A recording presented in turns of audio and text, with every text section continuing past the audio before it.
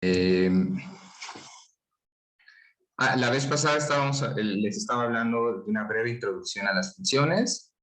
Básicamente estamos hablando de una regla de correspondencia, una asociación entre dos conjuntos.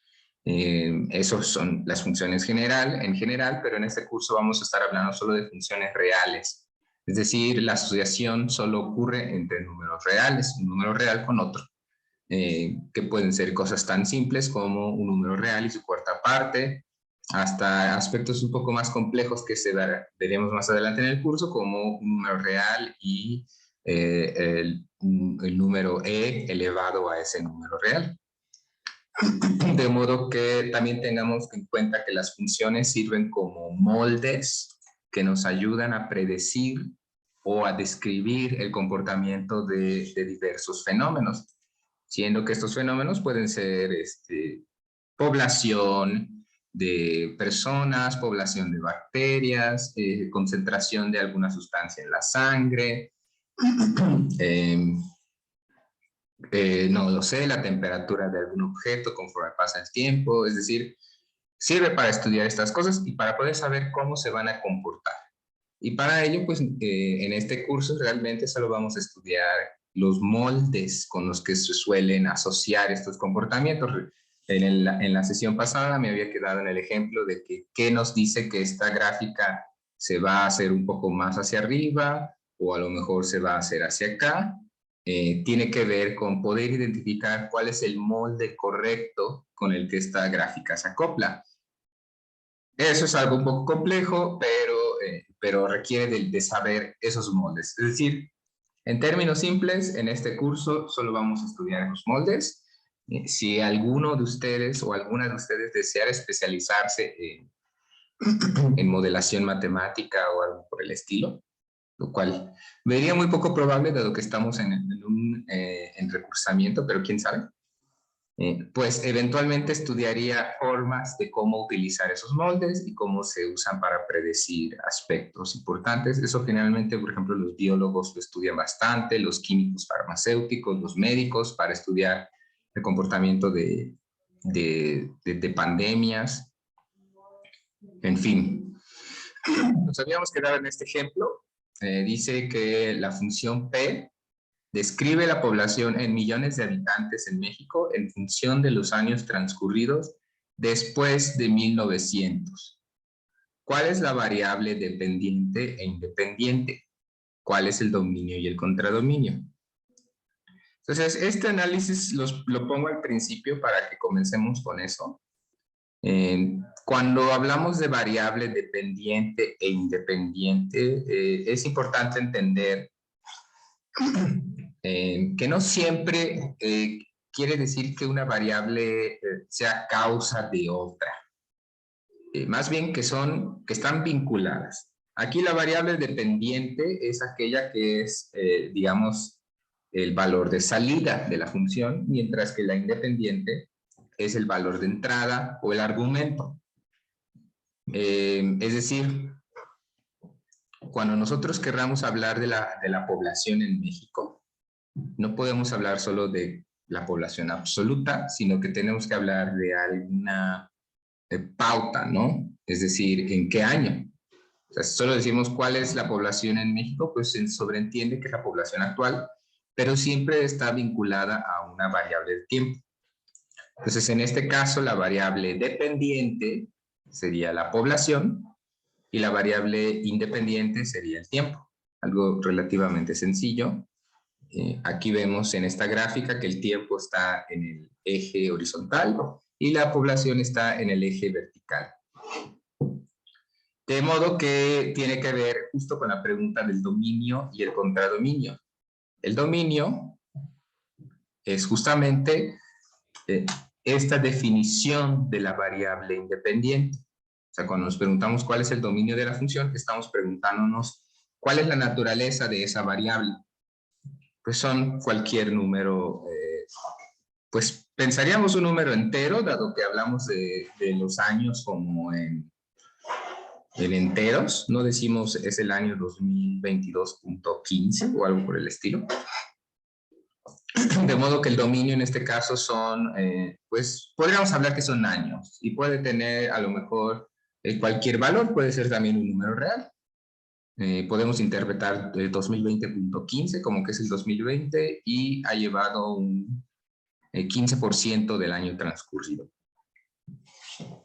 Y el contradominio, pues es cuál es la variable dependiente. La variable dependiente en este caso, pues es el número de habitantes. Ahora sí que tendremos que estar hablando de un número entero, dado que estrictamente hablando podríamos pensar que es un número entero, pero en realidad son cualquier número real, dado que estamos hablando como de estadísticas. ¿Hasta aquí hay alguna duda con lo que he estado planteando? No, Pi. No, profesor. Bueno, o sea, todo este choro es nada más para que puedan entender de qué trata el dominio y el contradominio o el rango. Y ahora vamos a empezar con la interpretación. Aquí dice, ¿qué representa y cuál es el valor de P de 40? Esto, recuerden que esto se lee P de 40. Entonces, es importante también poder interpretar este tipo de simbología en las situaciones que correspondan, ¿no? Entonces, P de 40 nos quiere decir cuál es el valor de la función P cuando la variable independiente vale 40. Dicho de otra forma, ¿cuál es la población? Recordemos que la función P asocia la población en millones de habitantes en función de los años transcurridos después de 1900. Entonces, esto realmente dice la población en México. ¿Cuál era la población en México en 1940? A esto se refiere con la representación de esta pregunta.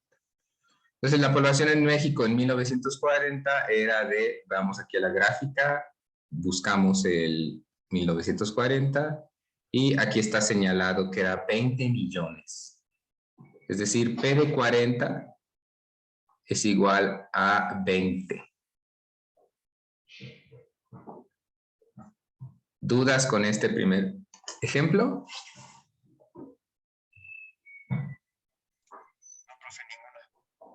A ver, una pregunta capciosa. ¿P de 40 es 20 o 20 millones?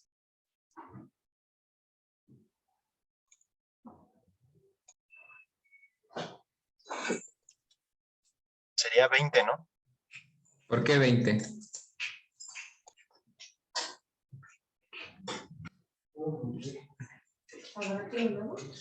Bueno, por mi parte, para una respuesta específica sería 20 millones.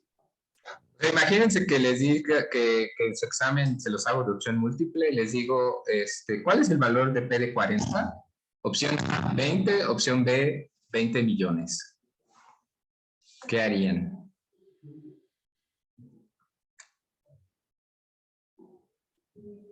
Pondría 20 millones, creo. Y estaría bien, o sea, imaginen, y si les digo que la respuesta es 20, ¿por qué no es 20 millones? Es una pregunta realmente capciosa, ¿no? Es que hay algo que tienen que saber.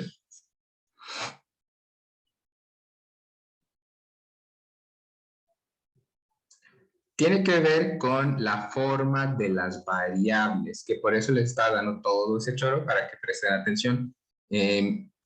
Aquí dice que la función P describe la población en millones, o sea, la variable P, la variable dependiente, está en millones.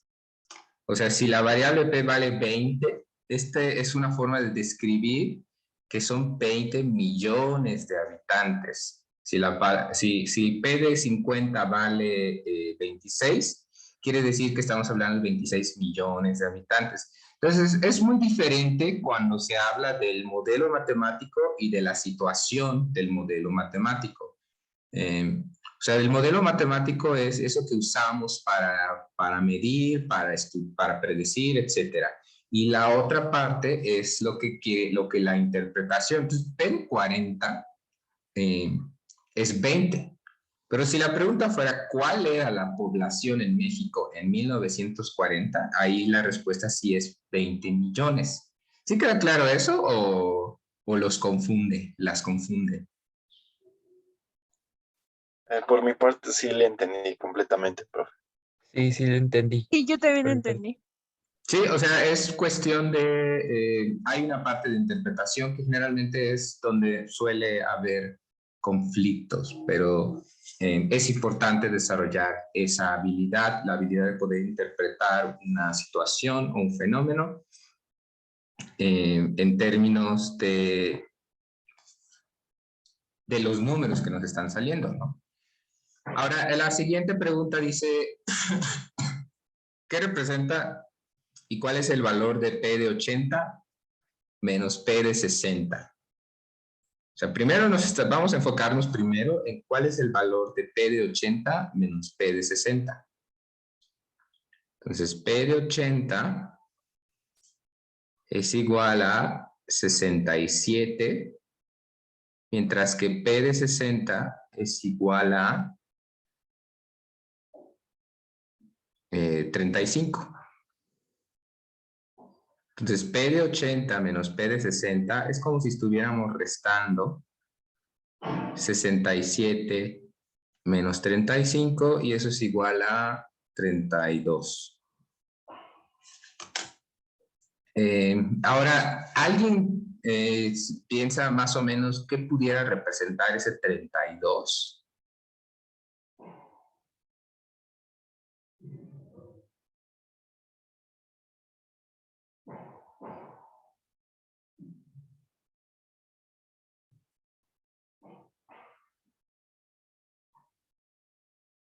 ¿Alguna idea?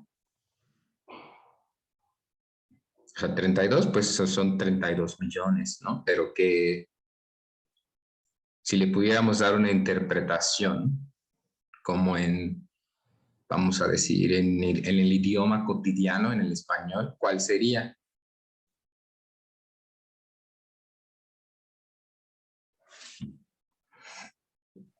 Sería como la población que creció entre 1960 y 1980. O sea, por ejemplo, en 1980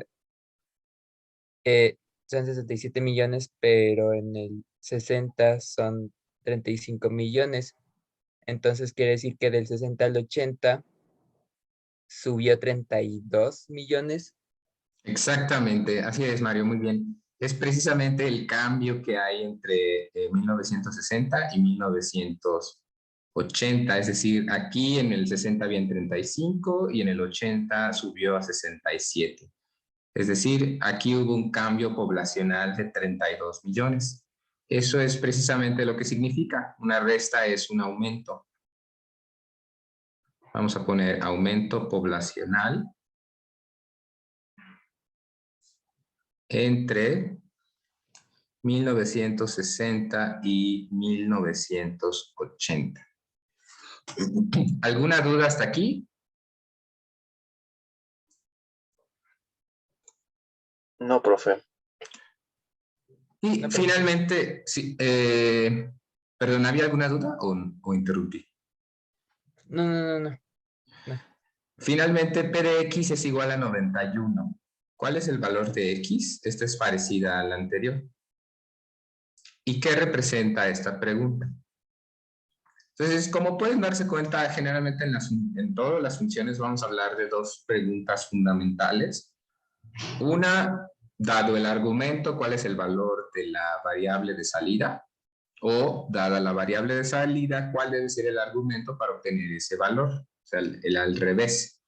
Entonces, aquí nos dicen al contrario, no nos están dando un año, no nos están dando fechas, nos están dando una cantidad de población. Entonces, si nos dicen que P de X es igual a 91, esta pregunta lo que significa es en qué año la población de México era de 91 millones. O sea, nos están preguntando por un año, porque lo que queremos saber es el valor del argumento. Entonces simplemente buscamos aquí, digamos que por aquí debe estar el 91, y tratamos de ver más o menos por dónde cae. Que no nos dice algo muy fijo. Vamos a asumir que, por ejemplo, aquí digamos que es 1990. Podríamos decir algo como que aproximadamente en 1995. Y lo digo aproximado pues porque esta gráfica realmente no tenemos muchos recursos que hacer con ella, dado que es una gráfica, pues así estaba. Si tuviéramos el modelo numérico, pues otra cosa sería. Pero por lo pronto quiero que quede muy claro el significado de buscar. O sea, son dos cosas. Uno, tenemos el argumento o el valor de la variable independiente y hay que encontrar la imagen. O dos, tenemos la imagen y debemos saber para qué argumento se obtiene esa imagen. ¿Alguna duda hasta aquí?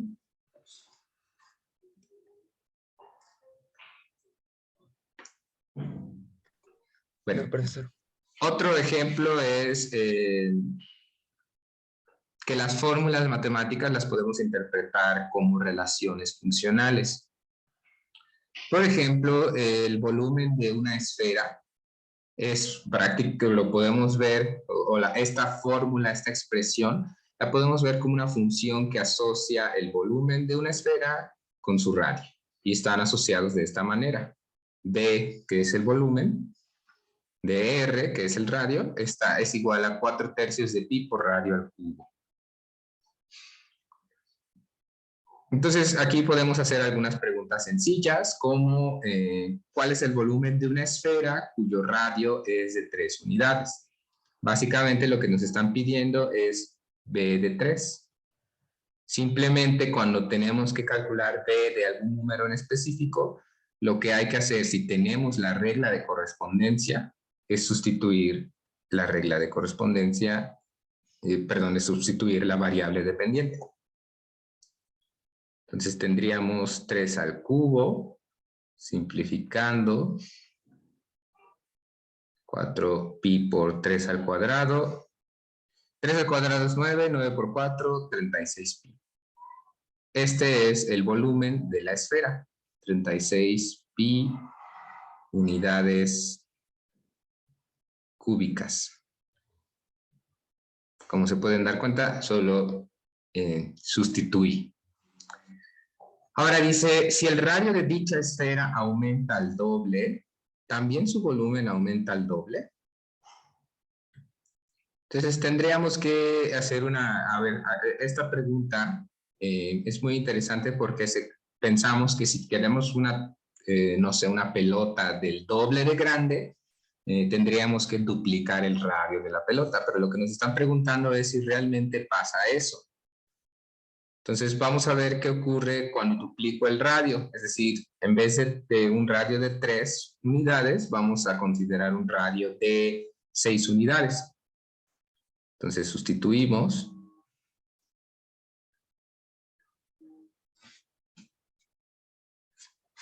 Esto es igual a 4/3 de pi por 6 al cubo. Perdón, puse exactamente lo mismo. Me parece que 6 al cubo es 2,43, pero... No, 2,16. Simplificando con el 3. Y 72 por 4 son 288.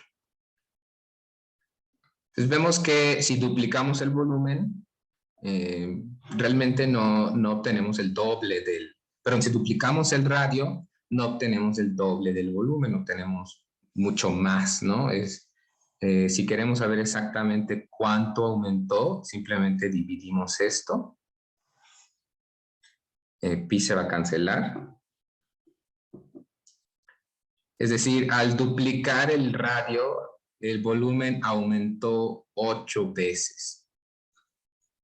Entonces la respuesta pues es no, el volumen aumenta 8 veces. Realmente esto no tiene mucho que ver con funciones. Solo es como para que nos familiaricemos con la notación y cuando hay que sustituir el valor de la variable de la que estamos hablando. ¿Hay alguna duda o algo que no haya quedado claro con estos dos incisos?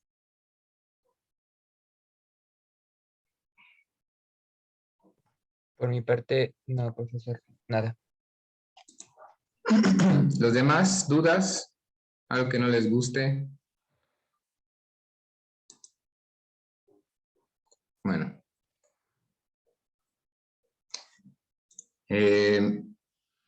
Continuando con esta situación de la esfera, ahora nos dicen que cuál es el radio de una esfera que tiene un volumen de 288 pi unidades cúbicas. Podríamos hacer algo de trampa porque justamente es lo que nos dio en el anterior, sabiendo que es un radio de 6. Supongamos que no sabemos cuál es. Este es al revés. Esta pregunta realmente lo que nos están diciendo es que P de R es igual a 288 pi y tenemos que calcular cuánto vale R para la cual se cumple esto. Entonces lo que vamos a sustituir entonces es el valor de la imagen en la regla de correspondencia. De esta manera. Y esto es una ecuación que podemos resolver. En primer lugar podemos dividir todo entre pi, pasar este 3 multiplicando, pero solo lo voy a dejar así. Y pasar este 4 dividiendo.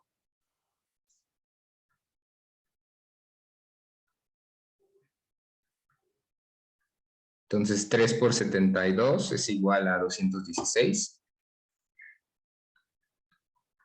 Y para resolver esta ecuación, no les debe dar tanto temor. 216 es igual a R cúbica. Si queremos resolver esa ecuación, simplemente sacamos la raíz cúbica. Es decir, R es igual a la raíz cúbica de 216 y se lo puede hacer en una calculadora o hasta lo pueden googlear. ¿Cuál es la raíz cúbica de 216? Que es justamente 6. De este modo hemos encontrado que el radio de una esfera que tiene un volumen de 288 pi unidades cúbicas es de 6 unidades.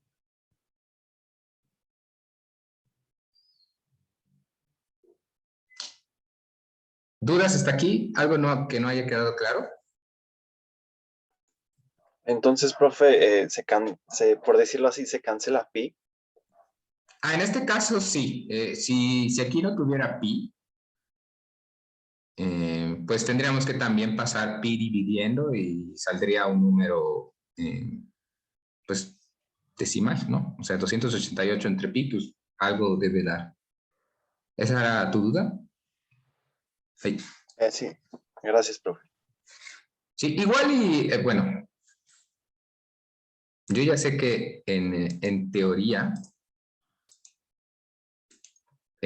digo, ustedes están en sexto semestre, y hay cosas de cancelaciones y cosas por ahí que asumo que ya habrán visto y que seguramente más o menos tendrán idea, pero si de todas maneras algún despeje o algún procedimiento no les queda claro, se vale preguntar, ¿sí?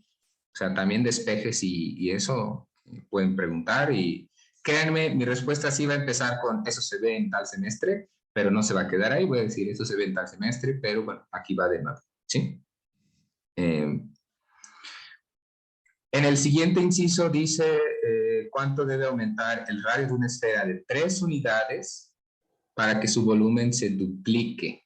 O sea, volvemos al inciso, bueno, tiene que ver con ¿no? Sabemos que el volumen de una esfera de 3 unidades fue de 36 pi unidades cúbicas. Ahora nos dicen que cuál debe ser el nuevo radio para que ahora nos dé 72pi, es decir, el doble del anterior. En eso consiste este inciso. Igual que el anterior, sustituimos el valor de la imagen en la regla de correspondencia. De esta manera. Nuevamente podemos cancelar pi. Podemos pasar este 3 multiplicando. Pasamos este 4 dividiendo. Hago eso para ahorrarme ciertas operaciones, no es que tenga que ser así. Porque de este modo, al dividir 72 entre 4, obtenemos 18. Entonces me estoy ahorrando varias operaciones y al final solo hago 3 por 18 y obtenemos que R cúbica es igual a 54. Entonces, si queremos sacar la raíz, para saber el valor de R, pues sacamos la raíz cúbica de 54. Voy a mencionarlo, espero que no les cause muchos traumas. En primero o segundo semestre se ve que, que podemos simplificar este tipo de expresiones como sigue, es decir, sería 3 al cubo por 2. 3 al cubo puede salir de la raíz cúbica y tenemos que R es 3 por la raíz cúbica de 2. Si no se acuerdan de esto, no pasa nada, simplemente usamos la calculadora. Bueno, depende, hay de calculadoras a calculadoras, ¿no? Algunas ya traen la raíz cúbica, algunas no. Pues dependerá de cómo, si lo googlean, usan Wolfram, ponen el exponente 1/3, como lo quieran obtener. Otra alternativa es sacar la raíz cúbica en la calculadora. Yo lo hice y me da 3.779. Entonces, esta es la respuesta. El nuevo radio debe ser 3.779 o aumentar 0.779 unidades, o aumentar raíz cúbica de 2 veces. No sé si haya alguna duda con este último inciso.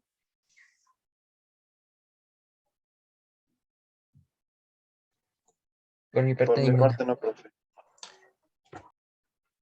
Bueno, espero que no haya sido muy mareador porque a lo mejor es un poco complicada la parte en la que recurrimos a recursos de otros semestres, pero lo importante por el momento es notar lo que he estado diciendo, ¿no? En los primeros 2 incisos solo se trataba de sustituir.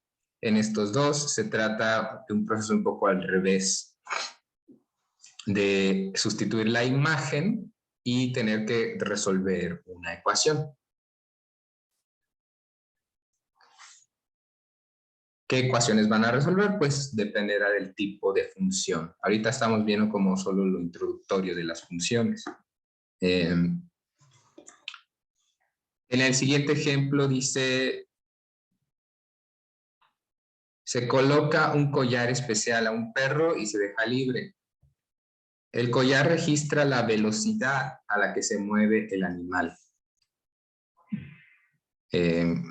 Aquí tenemos que tener mucho cuidado con qué está midiendo la velocidad. Bueno, aquí se me fue poner las unidades. Vamos a decir que se mueve a kilómetros por hora.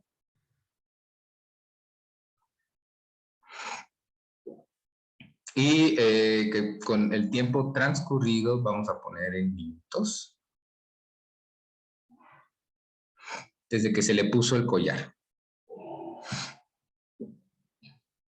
Ok, no sé si queda claro. Esta gráfica muestra la velocidad a la que se movía este perro después de un tiempo en minutos de que se le puso el collar. Entonces, esto no mide la distancia, esto mide la velocidad del perro. Entonces dice, ¿cuál es el valor y la interpretación de B de 5? Entonces B de 5 sería la velocidad del perro 5 minutos después de que le pusieron el collar. Entonces recordemos, otra vez es importante saber cuáles son las variables para poder saber qué nos muestra la gráfica. La gráfica nos muestra el eje vertical, que tendría que ser los kilómetros por hora, o la velocidad del animal, y el eje horizontal muestra los minutos transcurridos. Entonces, B de 5, pues sería la velocidad. 5 minutos después, nos vamos por acá, le voy subiendo por aquí y vemos que la velocidad era de 6 kilómetros por hora, es decir, B de 5 es igual a 6. O bien podríamos interpretarlo diciendo el perro se movía a 6 kilómetros por hora a los 5 minutos de que se le puso el collar. ¿Alguna duda con ese primer inciso?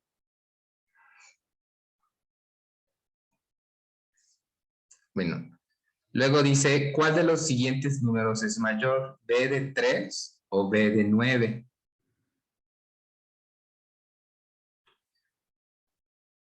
Entonces, recordemos que esto B de algo o B de 3, todo esto, es un número.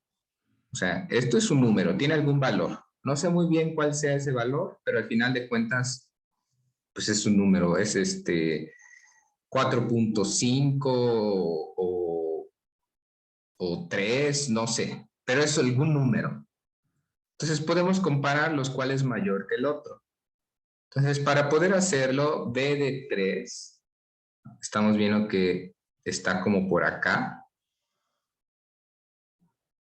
Mientras que B de 9 está por acá. Entonces vemos que B de 3 está más arriba, por lo tanto, B de 3 es mayor. ¿Alguna duda con este otro?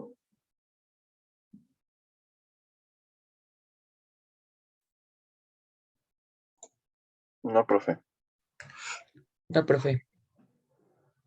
Bueno, luego nos preguntan cuál es el mayor posible para B de T. Recordemos, B de T es un número cualquiera, entonces nos están preguntando que cuál es su mayor valor posible.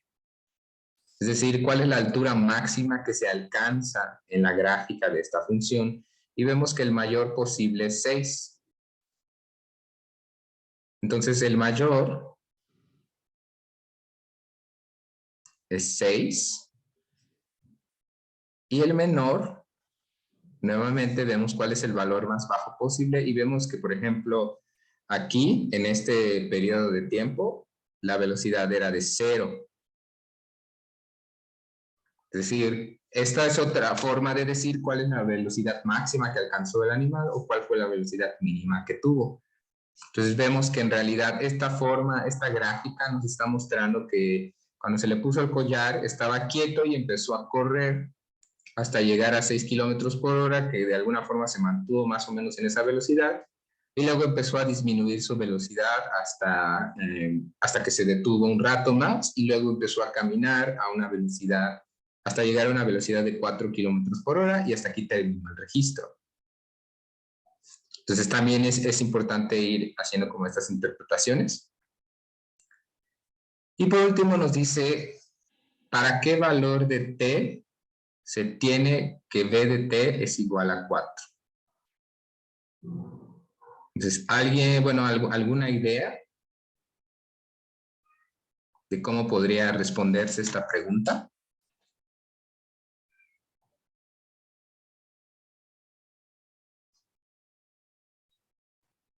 Sería B igual a 15. Bueno, B15. B15.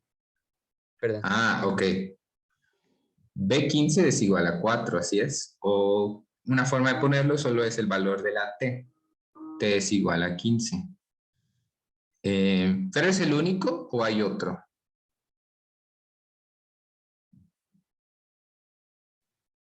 Hay otro, ¿no? Ujú. que es B17. También 17. También 16.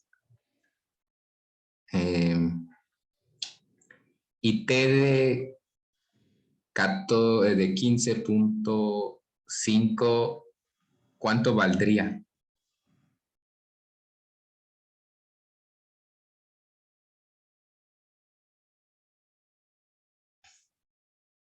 ¿Alguien tiene alguna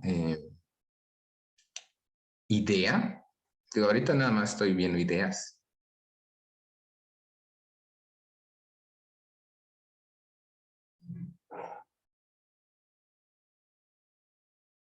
O T de 16.3. ¿Cuánto vale B de 16.3?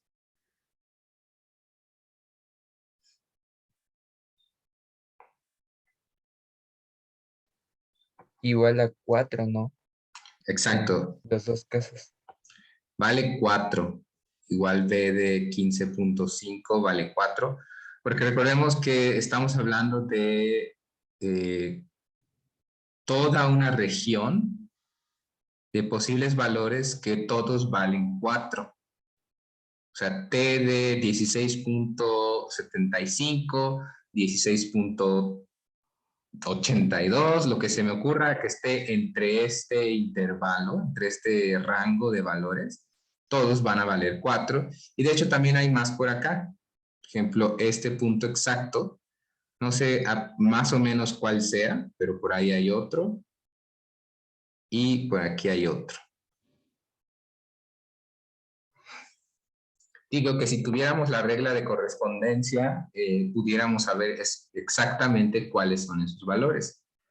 Pero el caso que quiero que prestemos más atención es cuando hay muchos valores posibles. O sea, de entre 15 a 17, si te vale 15 a 17, entonces el valor va a ser 4. Es otra forma de ir viendo de que hay ciertas formas de describir los valores de una variable, no solo números en específico, sino como rangos de valores. ¿Alguna duda hasta aquí con el caso de las funciones? ¿Algo que todavía no quede claro? ¿Algo que les cause conflicto?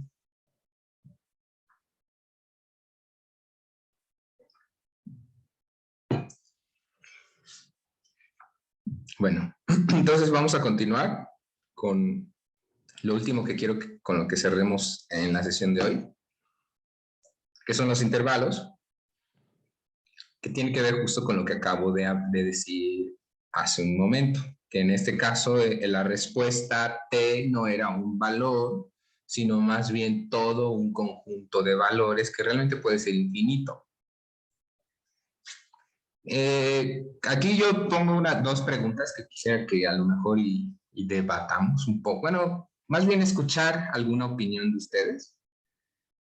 ¿Qué significa llegar a un lugar antes de las 7 de la mañana? ¿O qué significa que algo cueste más de 500 pesos? O sea, por ejemplo, si yo les dijera, bueno, hay maestros así, ¿no? Hay profesores que dicen, la asistencia es antes de las 7 de la mañana. Llegan a las 7 de la mañana en punto y su maestro les dice que no pueden pasar. ¿Tiene razón o no tiene razón?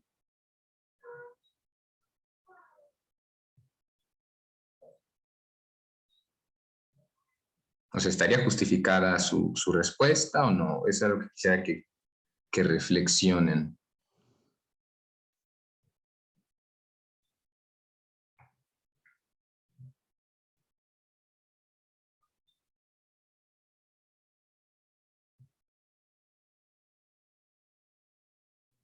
Pues se podría decir que sí, ¿no, maestro?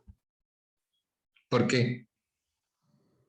Porque ahí dice que pues tienen que llegar antes de las 7 de la mañana y pues a las 7 en punto ya no se vale. Así es. Cuando uno dice, bueno, generalmente nosotros tenemos ese tipo de vocabulario medio informal, Pero decir antes, pues quiere decir que a partir de las 7 de la mañana ya fue, ¿no? O sea, tiene que ser antes. Podría llegar 6:59 con 59 segundos y sería totalmente válido, ¿no? Pero una vez que ya den el marco de las 7 de la mañana, a partir de ahí ya nada. Que es algo que ocurre con, por ejemplo, las fechas de entrega del Teams o de Khan Academy. Entonces, cuando decimos algo antes que o menor que, estamos hablando de un intervalo estricto, que quiere decir que no se puede aceptar digamos, el límite, por así decirlo. Que sería diferente a decir, pueden llegar a las 7 o antes. La hora de entrada es las 7 o antes, ¿no? O bien que dijera algo como a más tardar a las 7 de la mañana, ¿no?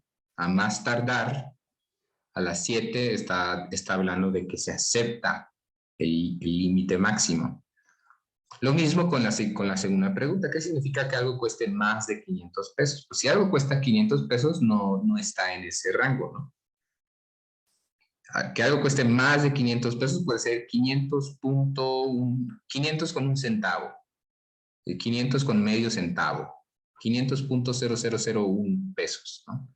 Pero 500 no. Otra vez estamos hablando de un intervalo estricto, es decir, después de. En cambio, cuando decimos palabras como máximo 500, no más de 500, por ejemplo, no más de 500, quiere decir que sí incluye los 500 pesos. Máximo 500 también lo incluye. Supongamos que, por ejemplo, en esto, bueno, ya pasó lo de Navidad, supongamos que se hace un intercambio de regalos y dice, bueno, el presupuesto del regalo debe estar entre 200 y 400, ¿no?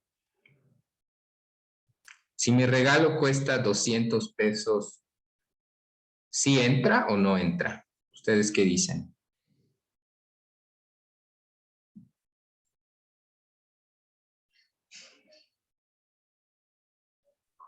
Sí entra. Sí, porque dijimos entre. Pues estamos hablando que puede valer o 200 o máximo 400, ¿no? Si mi regalo costara 400.15, pues yo ya me estoy pasando, ¿no? No estoy cumpliendo las reglas. Ahora, otra cosa sería que dijéramos que los regalos deben ser de más de 200 y menos de 400. Aquí no entraría mi regalo porque estamos diciendo que debe costar más de 200 pesos y menos de 400 pesos. O sea que si compro un regalo de 200 o uno de 400, ninguno de los dos entra, ninguno de los límites es aceptado en ese intervalo. ¿Sí queda clara esta distinción? Bueno, me parece que es bastante intuitiva y nos va a servir para esta idea de intervalos abiertos o cerrados en los números reales.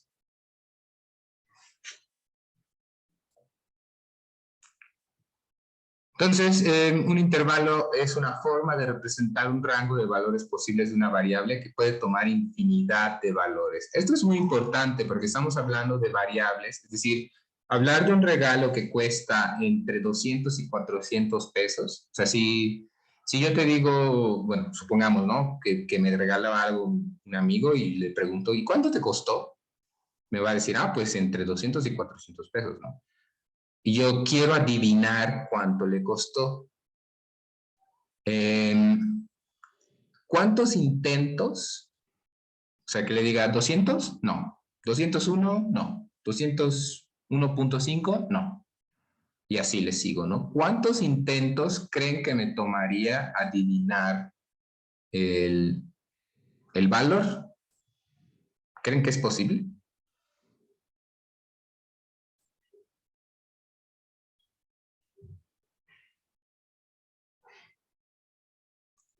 O sea, si se ponen a pensar en ese tipo de cosas, tiene que ver con esta noción de infinidad. Realmente tardaría una infinidad de tiempo en adivinarlo, porque tendría que pensar en todos los números reales que existen de entre 200 y 400, que no son contables, porque yo diría 200.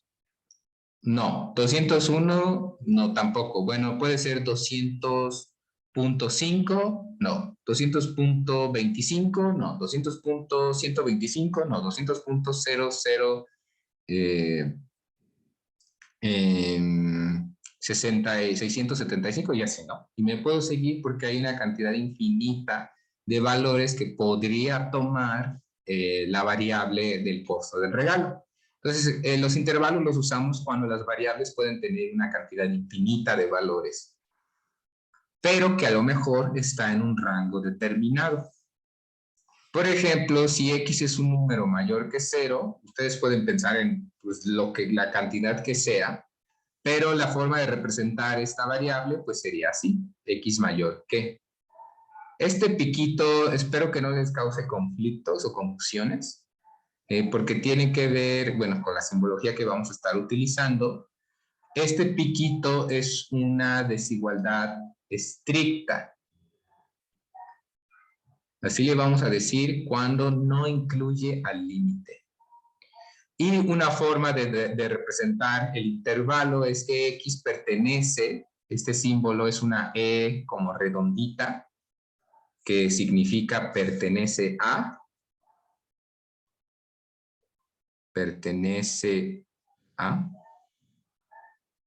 y mostramos este intervalo, que siempre los intervalos abiertos, que no incluyen el límite, se expresan de esta manera, ¿no? De 0 a infinito. Si la x incluyera el 0, es decir, que dijéramos un número x no es un número negativo, por ejemplo, quiere decir que x puede valer 0 también, estaríamos hablando de esta desigualdad que también incluye al límite y el intervalo se usa con corchete. Recuerden, este símbolo es una E como redonda. De hecho es la epsilon. La otra, la E que parece un 3, es la bar epsilon. Pero dado que se usa más esta en cálculo, se suele asumir que esta es la epsilon. Y bueno, esa es la simbología que seguramente conocen. No sé si alguien todavía no la conoce, alguien no la utilizó en su curso. ¿Alguna duda con qué significa eso?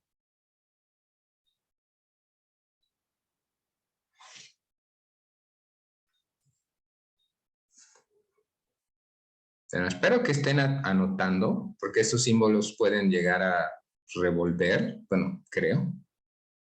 O sea, este es el símbolo mayor que,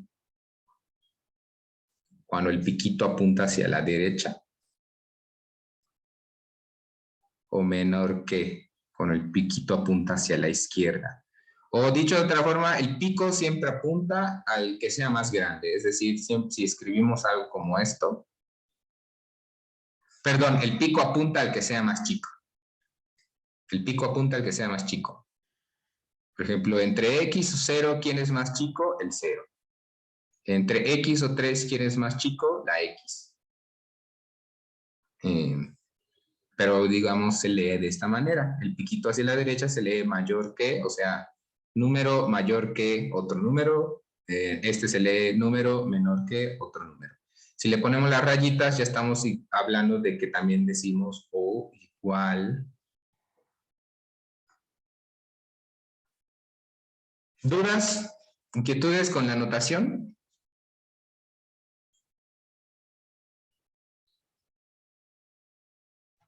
No, profesor, por mi parte no. A ver, mientras voy ya para ir cerrando. Por cierto, voy a tratar de que las sesiones no sean muy largas. Puede que también sea un poco de flojera, pero más que nada es porque, digamos, si estuviéramos en presencial, pues, ¿qué seguiría? Pues hacer ejercicios, ¿no?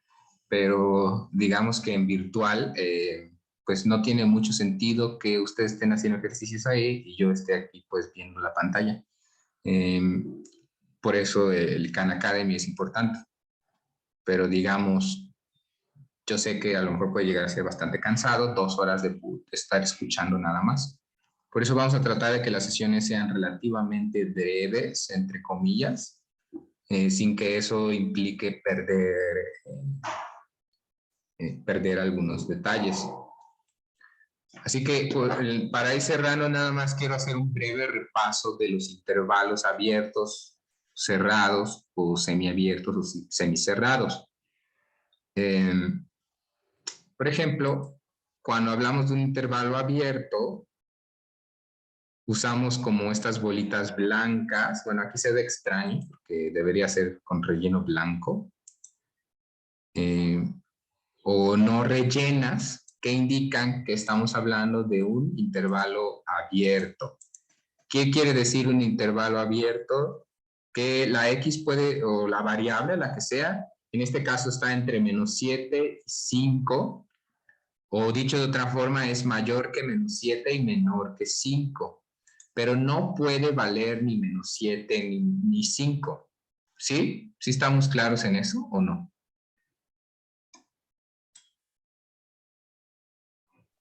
Sí. O sea, un valor pudiera ser 0.99999999999, ¿no? Con quién sabe cuántos nueves, ¿no? O -6.99999999999. Tan próximo como se quiera al -7, pero nunca valiendo -7. Eso es lo que significa un intervalo abierto. Si estuviéramos hablando de un intervalo cerrado que se representa con los límites o las bolitas rellenas, sin que suene albur, quiere decir que la variable sí puede tomar esos valores. En este caso, la X sí puede valer -6, puede valer -5.999, -5.9998, -5, -4, etcétera, etcétera, ¿no? O sea, sí puede valer el número que esté en el extremo. O puede que a veces hay intervalos semiabiertos, que puede ser por la izquierda. Semiabierto por la izquierda quiere decir que en la izquierda es abierto. No puede tomar ese límite izquierdo, pero sí puede tomar el límite derecho.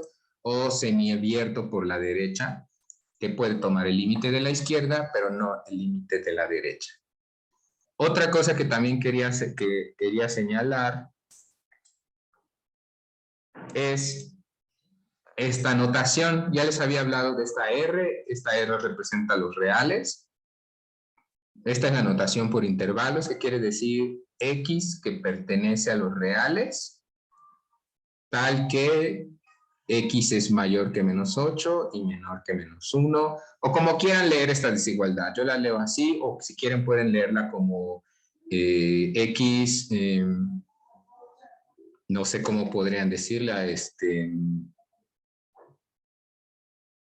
menor que -1 y -8 menor que X, o no sé cómo realmente puedan leerla de cualquier otra forma, pero generalmente esta es la que se llama notación por intervalos o notación de intervalos. No sé si tengan alguna duda con esta forma de escribirlo. O sea, hago esa aclaración porque como vamos a estar usando Khan Academy, y también cuando hagan sus compilaciones de conceptos, puede que se encuentren en videos o en sitios web notaciones diferentes, o esta misma. Pero recuerden, en realidad no es algo muy complejo, no porque ven un símbolo medio extraño, quiere decir que esto es algo demasiado complicado. En realidad solo es algo muy simple. Este E que pertenece a solo nos está diciendo que X es un número real, que está entre -8 y -1. ¿Dudas? ¿Inquietudes?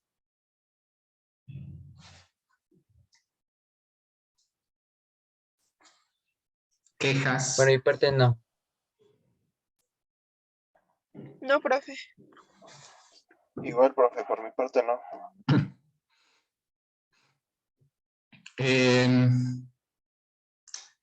Pues si ya no hay dudas o algo que no haya quedado claro de la sesión, la vamos a dejar hasta acá.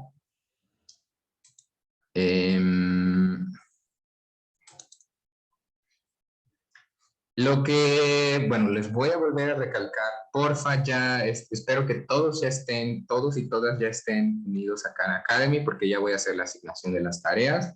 Les pido que también traten de cumplirlas en el momento en el que se asignan, para que no se les junte. Ahí es donde vamos a estar haciendo los ejercicios, principalmente. Y sí me gustaría que tuvieran al menos sus notas o algo para ir viendo qué tipo de cosas son las que les cuestan más trabajo, porque sí necesito que haya cierta regulación. Espero que haya quedado claro esto de los intervalos, porque los vamos a estar utilizando como simbología frecuente. Y ya la siguiente sesión empezaríamos con el primer tipo de funciones, que son las funciones polinomiales. Recuerden, lo único que estamos haciendo solo es estudiar las diferentes funciones, los diferentes modelos de funciones que hay. Si ya no hay ninguna duda, entonces nos vemos el jueves.